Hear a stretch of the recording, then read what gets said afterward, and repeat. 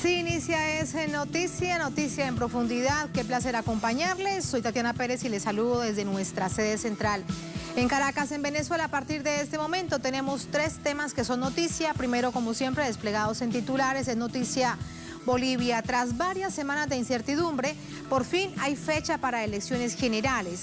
Será el próximo 6 de septiembre. ¿Cómo se logra este acuerdo entre partidos políticos? ¿Qué garantías de transparencia ofrece el gobierno de facto? Asuntos que analizamos en minutos.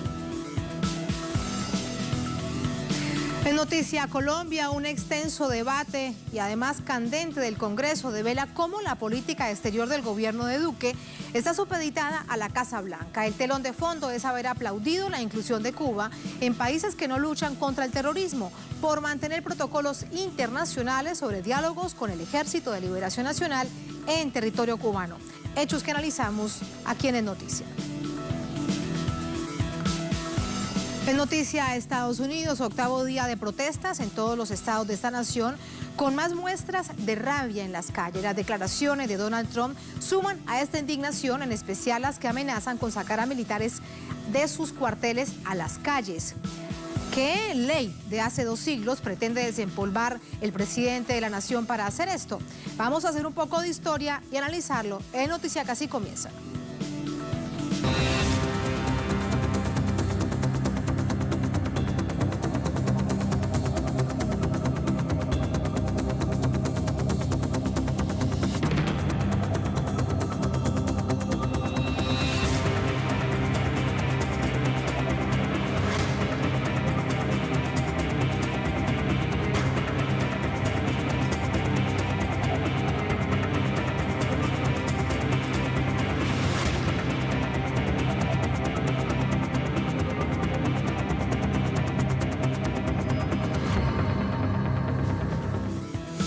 Noticia Bolivia, el Tribunal Supremo Electoral envió una propuesta de cronograma electoral al Poder Legislativo en relación a elecciones presidenciales pospuestas por la pandemia de la COVID-19, jornada que de aprobarse estaría pautada para el próximo 6 de septiembre.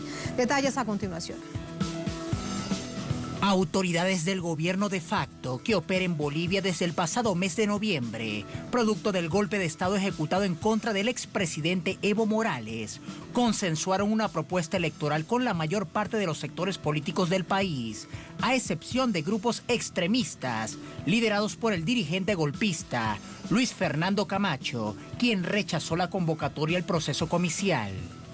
Desde otras organizaciones conservadoras, como la que representa el expresidente Carlos Mesa, quien apoyó el golpe de Estado contra Morales, saludaron la propuesta del órgano electoral y destacaron que la iniciativa cuenta con el apoyo de Naciones Unidas. La convocatoria electoral coincide con la agudización de varias medidas autoritarias ejercidas por el gobierno de facto que dirige Yanine Áñez en los últimos meses, de quien también se espera sea candidata presidencial, donde destaca la entrada en vigencia del Decreto Supremo número 4231, emitido por el Ejecutivo de facto el pasado 7 de mayo, el cual generó enorme descontento dentro de la sociedad boliviana, debido a que pudiera ser el sustento para violar garantías fundamentales como el derecho a la información, a la libertad de expresión.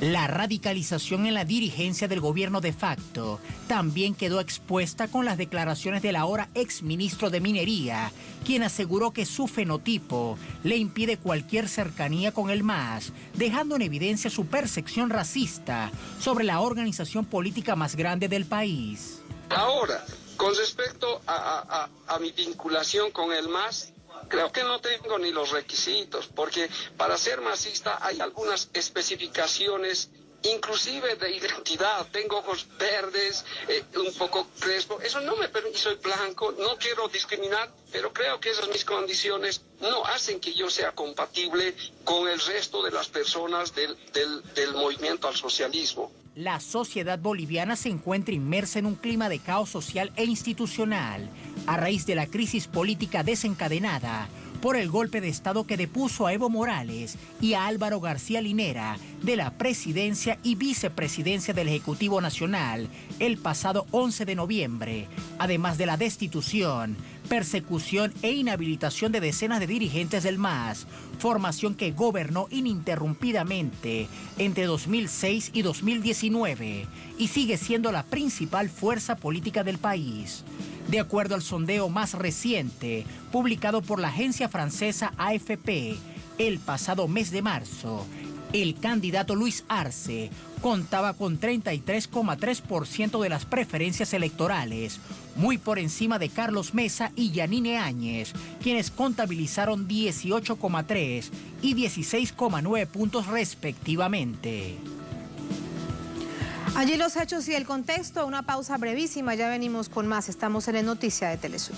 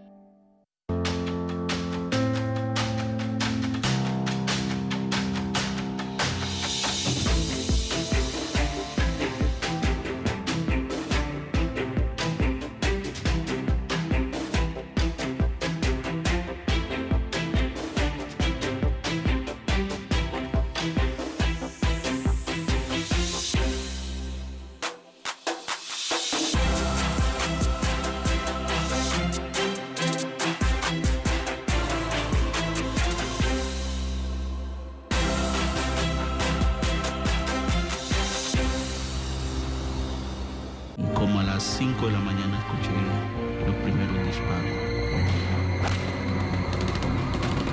Yo no sé de dónde sacaron tantas balas. Parecía el infierno.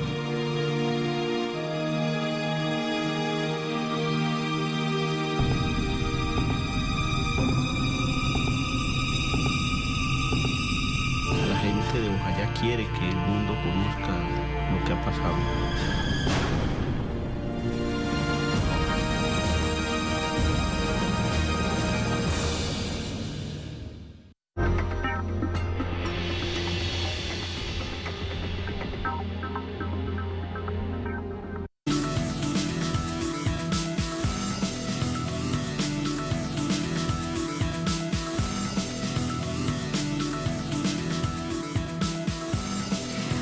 Volvemos con las noticias, ya les adelantábamos antes de la pausa, el primer tema nos lleva hasta Bolivia, hay elecciones el próximo 6 de septiembre, es un acuerdo, una decisión consensuada entre la mayoría de partidos políticos en contienda con la máxima autoridad electoral, el Tribunal Supremo Electoral. Pero ¿qué pasa con los que dijeron no? ¿Cuáles son las reacciones de la ciudadanía?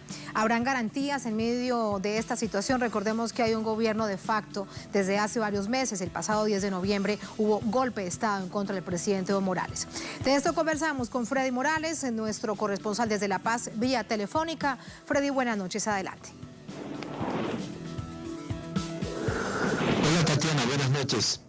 La convocatoria o la definición, más bien la definición de la fecha de las elecciones era esperada por amplios sectores de la población. Recordemos que los sectores sociales más importantes del país, incluida la Central Obrera Boliviana y otras organizaciones sociales de carácter nacional, se habían declarado en realidad en estado de emergencia para que el Tribunal Electoral pudiera de una vez definir esta situación, porque recordemos, las elecciones debían realizarse el 3 de mayo, debido a la pandemia fueron suspendidas de manera indefinida. La Asamblea Legislativa, por iniciativa del Tribunal Electoral, hace un mes, a principios de mayo, aprobó una ley en la que definía que los comicios debían realizarse hasta el 2 de agosto en este periodo. Pero como la Asamblea Legislativa tiene mayoría del movimiento socialismo, inmediatamente las otras 7 fuerzas políticas, los otros 7 candidatos, se unieron para rechazar esta decisión de la Asamblea Legislativa y sobre todo porque el movimiento al socialismo, debemos recordar, según todas las encuestas previas, sobre tendencia de voto, Tatiana, le dan la primera mayoría al movimiento al socialismo. De modo que las otras 7 fuerzas políticas se están disputando en realidad el segundo lugar en la perspectiva de llegar a una segunda vuelta. Esas son las perspectivas y las metas de las otras 7 candidaturas que están en contra del movimiento al socialismo.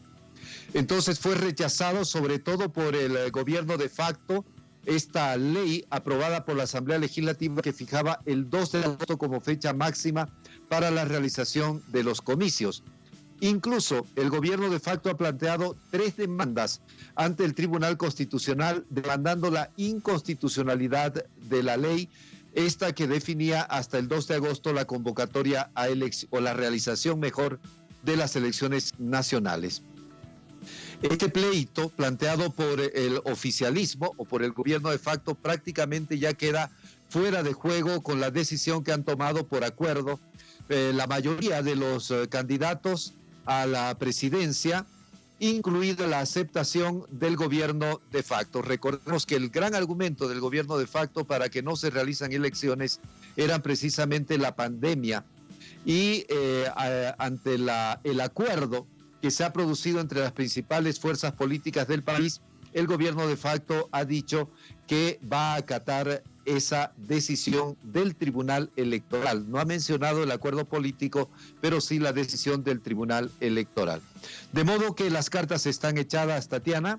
Esta es la tercera ocasión en que se define una fecha para las elecciones nacionales y debemos recordar que la presidenta de facto, la señora Yanine Áñez, es candidata a la presidencia en las próximas elecciones y está disputando entre el tercer y cuarto puesto, según las encuestas previas, a Jorge Tuto Quiroga, ambos del ala conservadora de este país. De modo que eso explica, de algún modo, el hecho de que en el gobierno de facto no se quiera realizar elecciones de inmediata y se pretenda aplazar lo más que se pueda estos comicios. Pero con este acuerdo político, insistimos, Tatiana, las cartas están echadas y solamente han coincidido en esto todos los actores políticos, solamente una elevación extraordinaria de los casos de la pandemia podría determinar otra situación.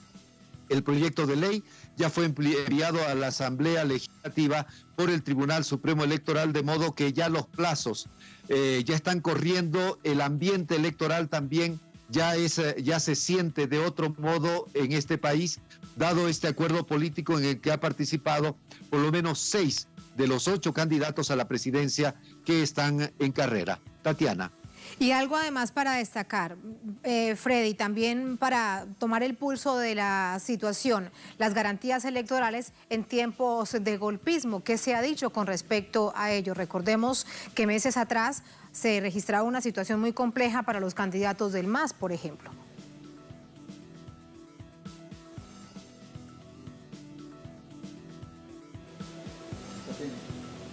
Freddy.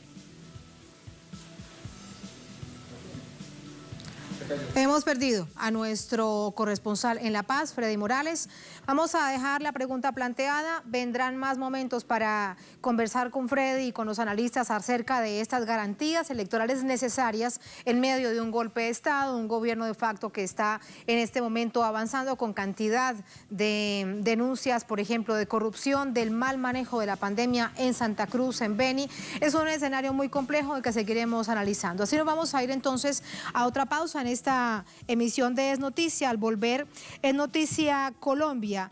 Esta jornada se ha registrado un debate de control interno en el Senado, en donde se le ha exigido tanto a la canciller de Colombia como al alto comisionado para la paz respuestas con respecto al papel que ha jugado Cuba. En particular, el telón de fondo tiene que ver con que Colombia primero solicitó y después aplaudió al gobierno de Estados Unidos por haber incluido a Cuba en países que no luchan contra el terrorismo. Recordemos que Cuba es un país garante de los acuerdos de paz. En este caso se mantiene en ese sentido, en conversaciones con el Ejército de Liberación Nacional, los protocolos internacionales.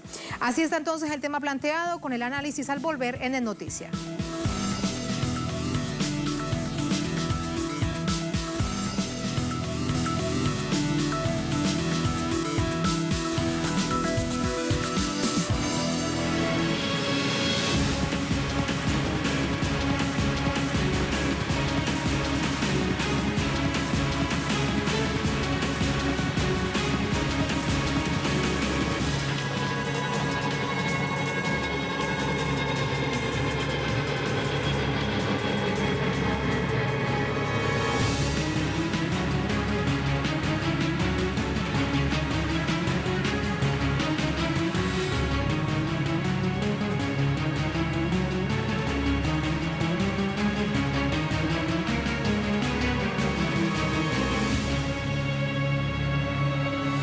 En Noticia Colombia, una comisión del Senado, la comisión que atiende política exterior, debatió el comportamiento del Ejecutivo frente a naciones garantes del proceso de paz como Cuba. La conclusión es una política agresiva y traicionera de la administración Duque que debilita el acuerdo de paz. Miembros de la Comisión Segunda del Senado sobre Asuntos de Seguridad y Relaciones Exteriores coincidieron en que la actuación del gobierno incumple con la implementación del acuerdo de paz. Sobre esta base, los senadores Iván Cepeda y Antonio Sanguino anunciaron que presentarán una queja disciplinaria ante la Procuraduría contra la canciller Claudia Blum y el comisionado de paz Miguel Ceballos por violar la Constitución y lesionar el derecho a la paz.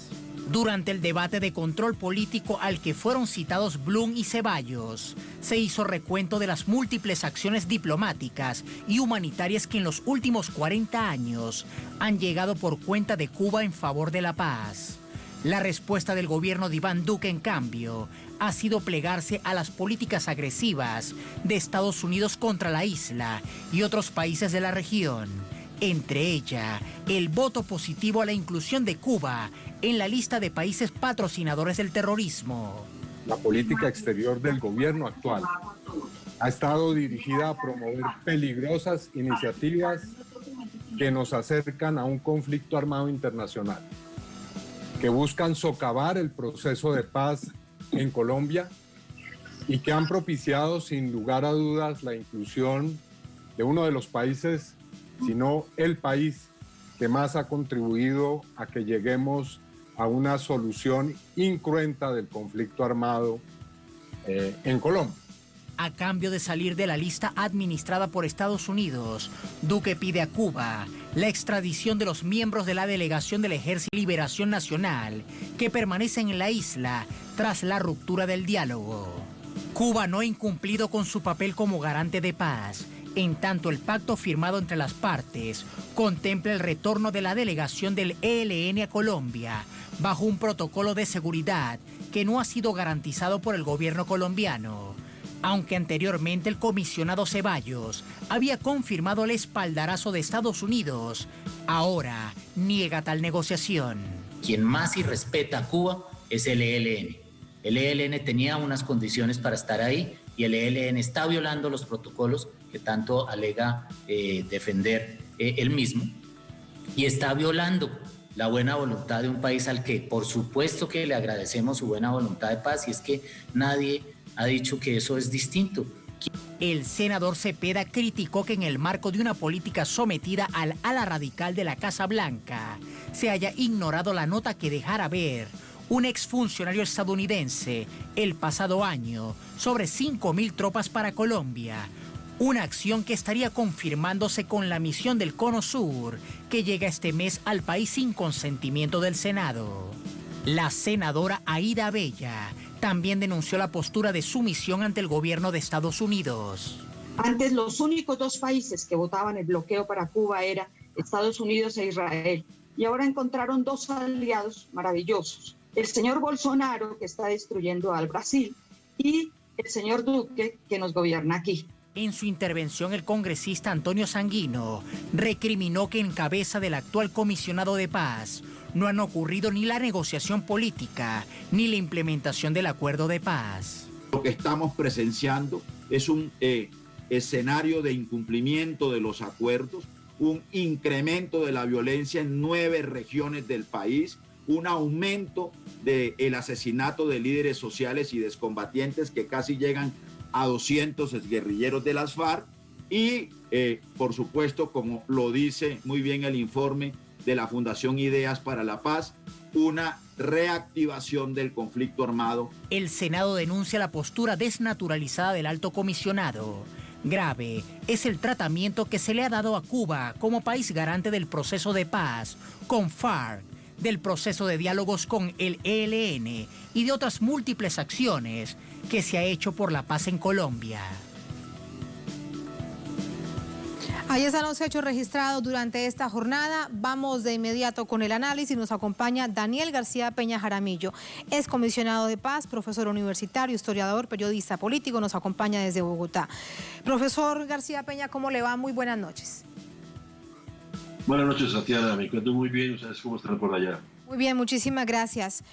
Primero, una pregunta hipotética para tratar de plantear la peligrosidad de lo que está exigiendo el gobierno del presidente Iván Duque. ¿Qué tal, por ejemplo, que el gobierno cubano hubiese roto los protocolos internacionales y aceptado hacer lo que el gobierno de Colombia le ha pedido, como por ejemplo la extradición de los miembros de la delegación del ELN que se encuentran en La Habana, en Cuba, nada más y nada menos que en busca de un acuerdo de paz? No, sería gravísimo para Cuba y para la comunidad internacional, porque al fin y al cabo los protocolos que se establecen y que se firmaron entre el Estado colombiano y los países garantes, entre ellos Cuba, Noruega, pues son los protocolos que se utilizan en todos los procesos de paz, que hace parte del derecho internacional, protocolos que, por ejemplo, han permitido que el gobierno de Trump negocie con los talibanes, por ejemplo, y que en el caso colombiano siempre se han utilizado, inclusive en el gobierno del presidente Uribe, cuando se adelantaron precisamente en la isla de Cuba contactos con el Ejército de Liberación Nacional, de tal manera que sería un precedente nefasto para la paz en Colombia, por supuesto, pero también para los intentos de paz que se puedan adelantar eventualmente en cualquier parte del mundo. Sí. Aquí hay una falta de entendimiento, profesor García Peña, entre lo que significa Estado y entre lo que significa gobierno. Los acuerdos de paz en Colombia y con el acompañamiento, en este caso con Cuba como garante, han sido parte de una política de Estado. ¿Por qué ahora el gobierno del presidente Iván Duque intenta verlo de una manera diferente? ¿Qué es lo que esto nos debe ayudar a comprender de la situación? A ver, realmente es difícil, es imposible comprender porque efectivamente hay una contradicción. Los gobiernos son transitorios, pero representan a los estados y los acuerdos, los tratados son firmados y por lo tanto deben ser cumplidos por los estados. Es como si cualquier gobierno llegara y, por ejemplo, se desconociera el Tratado de Libre Comercio con los Estados Unidos. Lo cierto es que los tratados corresponden a los estados, de tal manera que la actitud de Duque no tiene ninguna presentación, no tiene ninguna justificación en el terreno internacional, pero tampoco en el terreno nacional. De hecho, el debate que se le hicieron el día de hoy, a la cual hacían ustedes referencia, habla de la inconstitucionalidad de la política de exterior de Colombia. El artículo 9 de nuestra Constitución establece como uno de los principios de la política exterior el respeto al derecho internacional, de tal manera que esa idea de que lo firmó un gobierno anterior no lo compromete al gobierno actual, no tiene ni pies ni cabeza y hace parte más bien de ese enfoque ideológico absolutamente alineado con la política de esos sectores más de derecha de los Estados Unidos y que no tiene ninguna seriedad desde el punto de vista del derecho internacional. A propósito de ello, una de las conclusiones del debate citado por la oposición en esta Comisión Segunda del Senado es que nunca como ahora un gobierno se había arrodillado tanto, había sido, palabras textuales, el uso a manera de trapo, el trapo que atiende tal como se le indique desde la Casa Blanca. Si revisamos nunca como ahora, ¿usted qué nos diría? Pues efectivamente lo que estamos viendo ahora es insólito.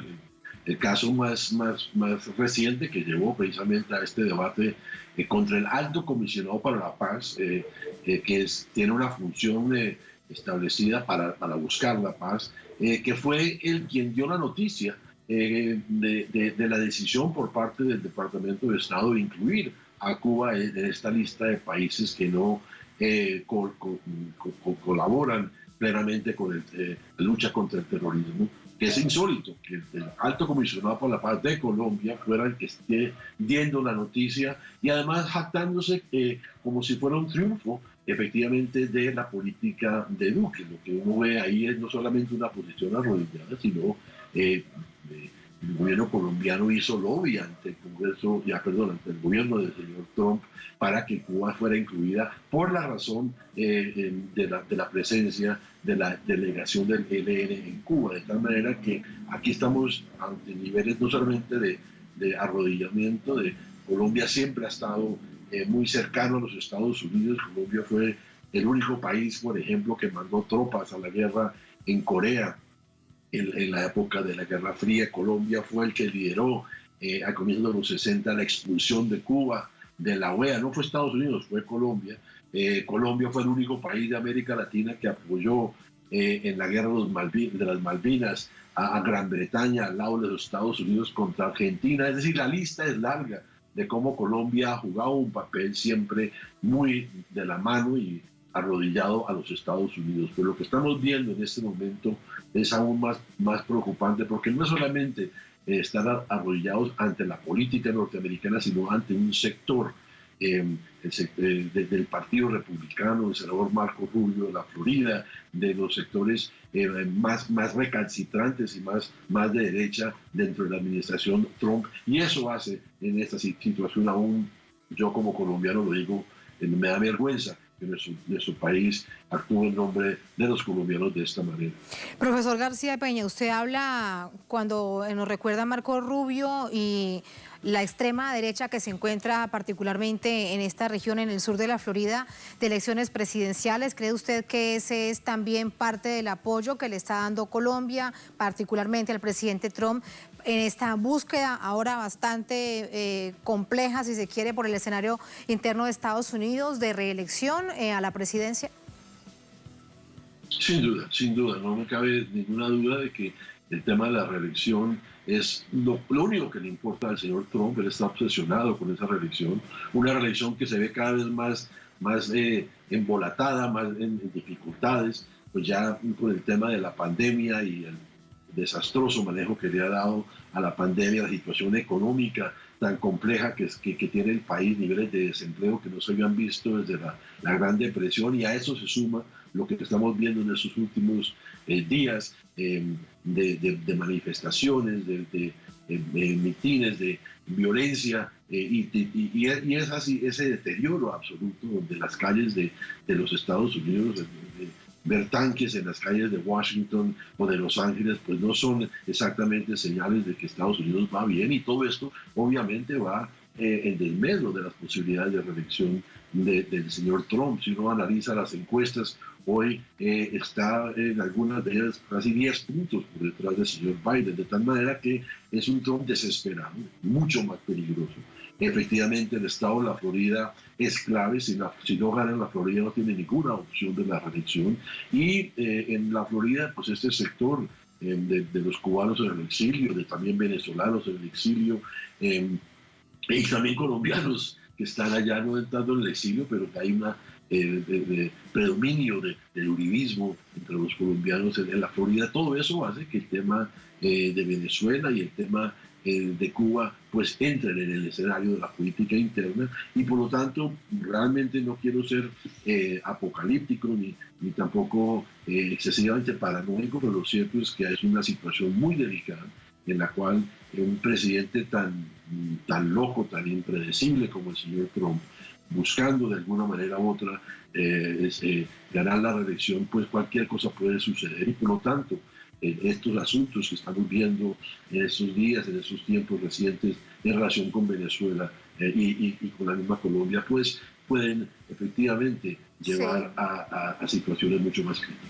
Una situación mucho más crítica sobre la que hay gran alarma, y con el uso que se le ha dado a Colombia como plataforma precisamente para la inestabilidad. En este caso específico que hablamos es sobre Cuba.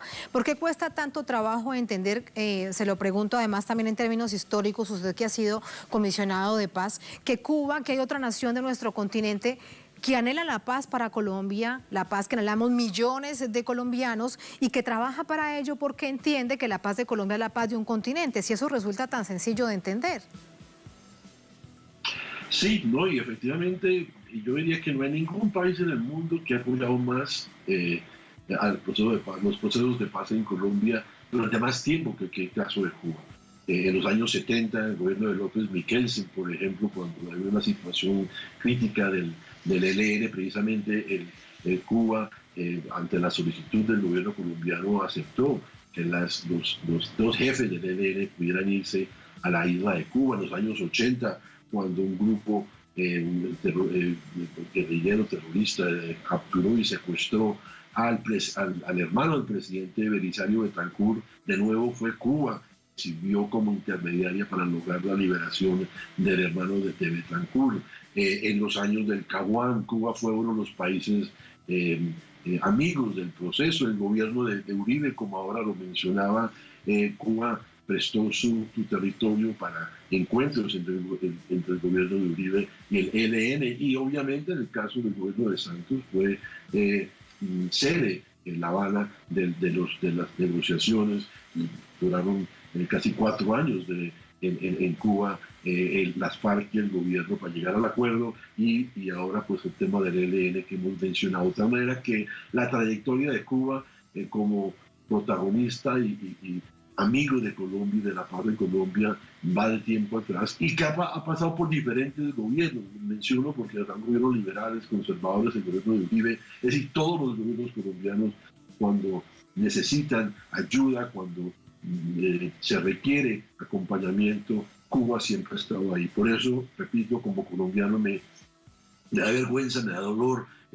Yo tengo todo el agradecimiento. Efectivamente, como comisionado de paz, fui testigo de la voluntad, del apoyo de Cuba. Estuve precisamente en algunos de esos diálogos en la isla, de tal manera que yo conozco la seriedad del gobierno cubano. Y por eso me parece absolutamente insólito, no solamente contra Cuba, sino contra la tradición que los gobiernos colombianos han tenido de buscar apoyo para los procesos de paz. De tal manera que la actitud del actual gobierno, repito, no solamente rompe con el derecho internacional, sino que con una vieja tradición de la propia experiencia colombiana. Muchísimas gracias por ese análisis, profesor García Peña. Muy buenas noches.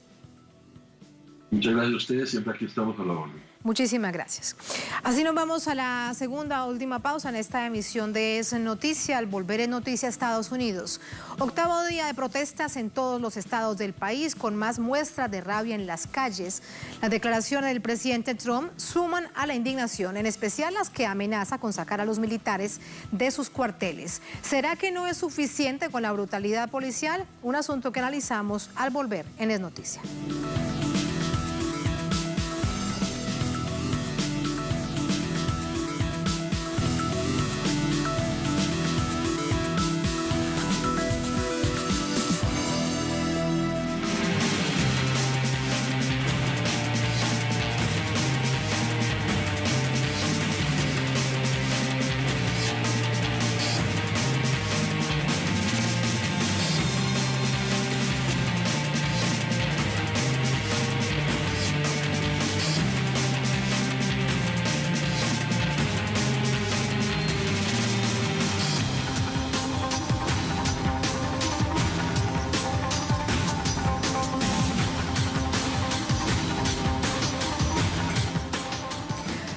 Es noticia Estados Unidos. ¿Qué ley de 1807 pretende desempolvar el presidente Trump para contener las manifestaciones? Se trata de un componente de fuerza militar para complementar la sistematicidad de la brutalidad policial norteamericana. Vamos a recordar. El presidente de Estados Unidos, Donald Trump, amenazó este lunes con invocar la ley de insurrección de 1807, que le permite sacar al ejército a la calle para reprimir masivas movilizaciones si los gobernadores y alcaldes no logran detener las expresiones populares que manifiestan contra el racismo y el maltrato policial. Esta es una legislación con 213 años de haber sido promulgada por el entonces presidente Thomas Jefferson y que le permitiría al presidente hacer un despliegue de efectivos militares en servicio activo para contener las protestas civiles desatadas por el asesinato de George Floyd, asfixiado por un policía blanco en Minneapolis. Estoy movilizando todos los recursos federales, civiles y militares disponibles para detener los disturbios y los saqueos, para poner fin a la destrucción y los incendios provocados, para proteger los derechos de los estadounidenses que respetan la ley. Trump ya había calificado de débiles a muchos gobernadores por no aplicar medidas más fuertes contra las protestas suscitadas en el país. Deben hacerse más duros. La mayoría de ustedes son débiles, agregó. la invocación de esta ley a la que el presidente Jefferson dio uso en 1808 y otros mandatarios en el siglo XIX la aplicaron. Sin embargo, en tiempos modernos, fue especialmente durante los años de la lucha por los derechos civiles, a mediados del siglo XX, cuando fue invocada más a menudo. Franklin D. Roosevelt, en 1943, por los disturbios en la ciudad de Detroit. Luego Dwight D. Eisenhower y Lyndon Johnson, que aplicó la normativa para reprimir manifestaciones de movimientos sociales por el asesinato de Martin Luther King Jr. La última vez que se invocó esta ley fue en 1992 para frenar los disturbios de Los Ángeles, provocados después que un jurado compuesto casi completamente por blancos absolviera a los 4 agentes de policía que aparecieron en unas grabaciones donde propinaban una paliza al taxista afroamericano Rodney King, cuando el inquilino de la Casa Blanca era George W. Bush. Multitudes salieron a protestar en la noche del pasado 1 de junio y desde entonces no se detienen y crecen por todo el país. No es solo por el asesinato de Floyd. De fondo está la sistemática represión a la que se ven sometidas las minorías raciales. El historial de la ley de insurrección de 1807 muestra evidencias de ser usada para favorecer el poder de las élites sobre las luchas sociales y por los derechos civiles. Vamos a sumar información a esta hora. ¿Qué pasa en la noche? Tenemos imágenes en vivo desde Washington, D.C., la capital. Tenemos en vivo a nuestro corresponsal desde allí, Jorge Gestoso, con todo lo que sucede. Jorge, muy buenas noches. Adelante. Buenas noches, Tatiana. Otra noche de protestas a lo largo de todo Estados Unidos. Aquí en Washington ya van más de 2 horas de que se puso otra vez el toque de queda. En Nueva York se adelantó en vez de las 11 de la noche para las 8 de la noche, así que también llevan más de 1 hora y cuarto bajo toque de queda. Y por ejemplo, en estas 2 ciudades, a pesar de que en realidad no debería haber gente en las calles, hay cantidades de gente otra vez protestando justamente por reclamando justicia, reclamando ponerle el fin a la brutalidad policial. Y también están reclamando de que antes de que llegue el martes, el día en que se fijó el funeral de George Floyd, y va a ser en Houston, su ciudad natal, sean arrestados los 3 policías que también participaron del asesinato de Floyd y que por el momento simplemente han sido despedidos. Están bajo investigación, pero están sueltos. Se está exigiendo ese tema y se está exigiendo con mucha vehemencia. También una cosa que estamos viendo es que ese anuncio al que hacías referencia respecto a la utilización, la posible utilización de las tropas del ejército en las calles, ha provocado una enorme indignación a todo nivel, ya sea de los políticos y de las organizaciones sociales. Salió, por ejemplo, el ex candidato, fundamentalmente Joe Biden, que es el ex vicepresidente, candidato presidencial, supuesto candidato presidencial por el Partido Demócrata, a decir, por primera vez desde que saliera de su cuarentena, a decir: el presidente Trump es parte del problema, no parte de la solución, y está pregonando el odio, está pregonando la división, está, como decía también una congresista, está el país en llamas y le sigue poniendo gasolina. Tanto es así que hizo un Twitter diciendo que estaba felicitando la forma en que se reprimió anoche aquí en Washington a los manifestantes. Es decir, siempre es una oda a la violencia, una oda a la fuerza bruta. Lo importante es que hay cierta preocupación en cuanto al lenguaje, este lenguaje incendiario que no solamente usa el presidente Trump, pero también usó el ministro de lo que es aquí el secretario de Defensa, que también dijo que lo que tiene que ver con la situación en las calles, que es un campo de batalla. Y allí mucha gente abrió los ojos y dijo qué es lo que está pasando en los Estados Unidos, que a nivel del gobierno consideran que los lugares donde hay demostraciones, hay protestas, hay manifestaciones pacíficas en reclamo de justicia, en reclamo de terminar con el racismo, de las desigualdades, y ese tipo de reclamos de fondo de alguna forma son consideradas y son vistas como un lugar de guerra, en definitiva, un campo de batalla. Por eso, lo que queda por verse entonces, Tatiana, es en qué dirección va a seguir este proceso, porque no sería ilógico pensar que si lo que tiene que ver con el funeral es el martes, por lo menos estas protestas van a seguir noche a noche y día a día en todo el país. Estamos hablando de que ayer hubo 250 manifestaciones a lo largo del país. Estamos hablando de decenas de miles de personas, todas reclamando al mismo tiempo, y no estamos hablando de solamente afroamericanos, sino gente de todos los orígenes, de todas las edades, como un reclamo generalizado de basta.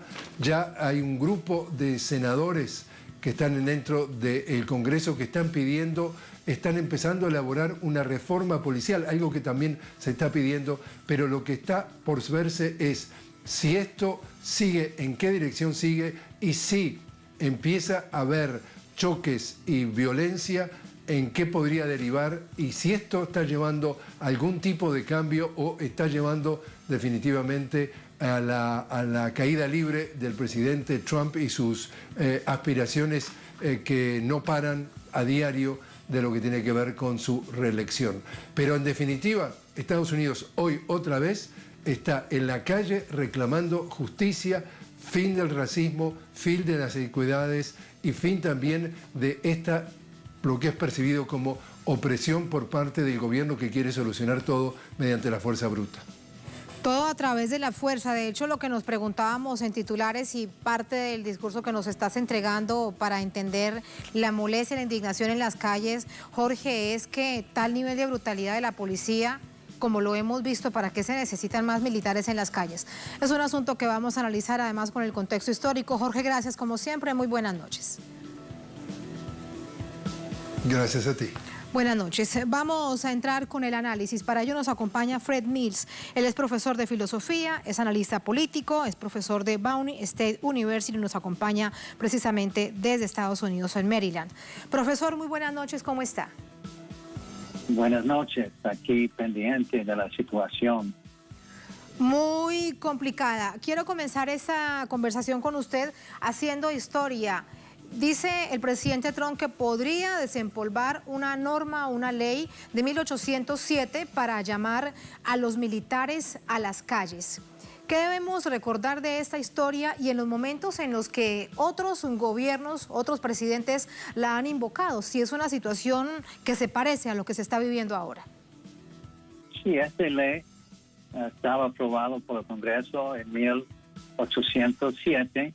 Unos 3 años después de la revolución haitiana. Era una gran preocupación que las ideas de los revolucionarios de Haití, eso era la primera revolución de esclavos para su libertad e independencia, que esas ideas pueden infectar los esclavos en los Estados Unidos. Así pasó varias leyes para tener herramientas legales, pero claro, inmorales, para contener cualquier posibilidad de un levantamiento en los Estados Unidos, hasta que algunos esclavistas, dueños de esclavos, no querían aceptar esclavos que han vivido en Haití por el miedo de lo que puede pasar. Y esta ley está invocada varias veces en 1968, durante el levantamiento en la cuestión de Rodney King en Los Ángeles, pero hoy es distinto. En 1968, después del asesinato de Martin Luther King, hubo una insurrección muy seria, pero hoy es diferente porque comenzó en la comunidad afroamericana por la indignación de un racismo sistemático, y el asesinato de George Floyd era la gota que derramó el vaso, pero se evolucionó en manifestaciones multirraciales. por todo el país. Y en 1968 los manifestantes no quemaron una estación de policía ni un palacio de justicia. Hoy, por tanta indignación frente a la brutalidad de la policía, algunos manifestantes están enfocando en los símbolos, las instituciones de control social que tiene aspecto de racismo institucionalizado. Sí, lo escucho atentamente precisamente para recordar este momento histórico y la visión que tiene la Casa Blanca, porque hay que verlo también de esa manera, profesor Mills, de la situación que se está viviendo en las calles.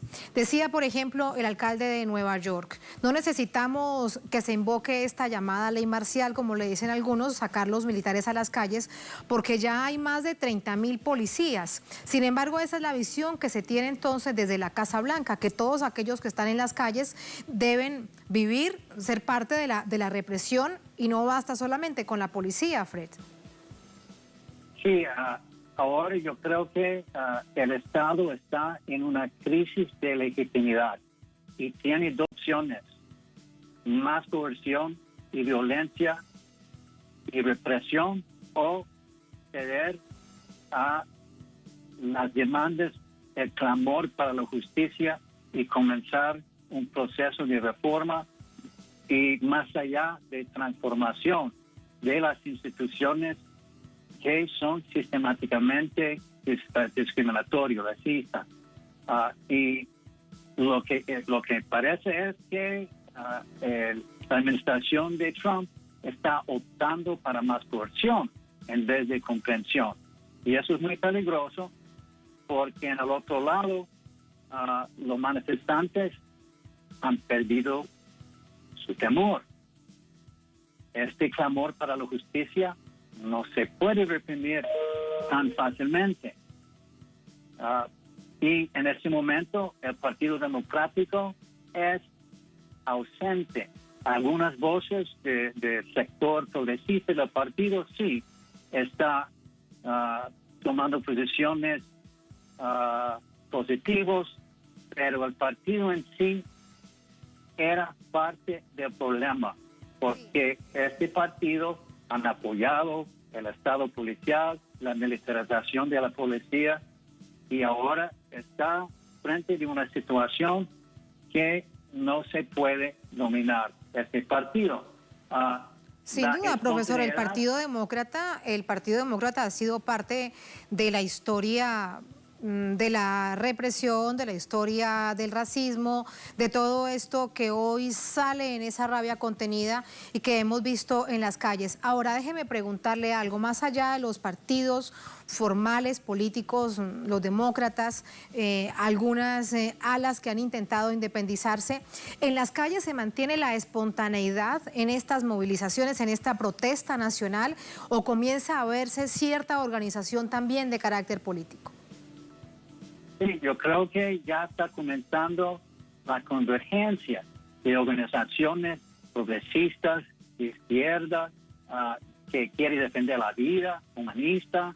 Así se va formando, pero muy lentamente, una coalición. El liderazgo tiene que ver desde abajo, desde las comunidades más afectadas.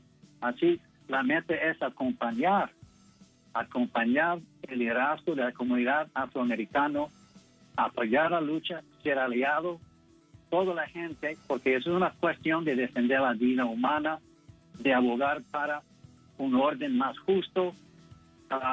Y la meta es que el momento se transforma en un movimiento acompañado, apoyado por las organizaciones sociales.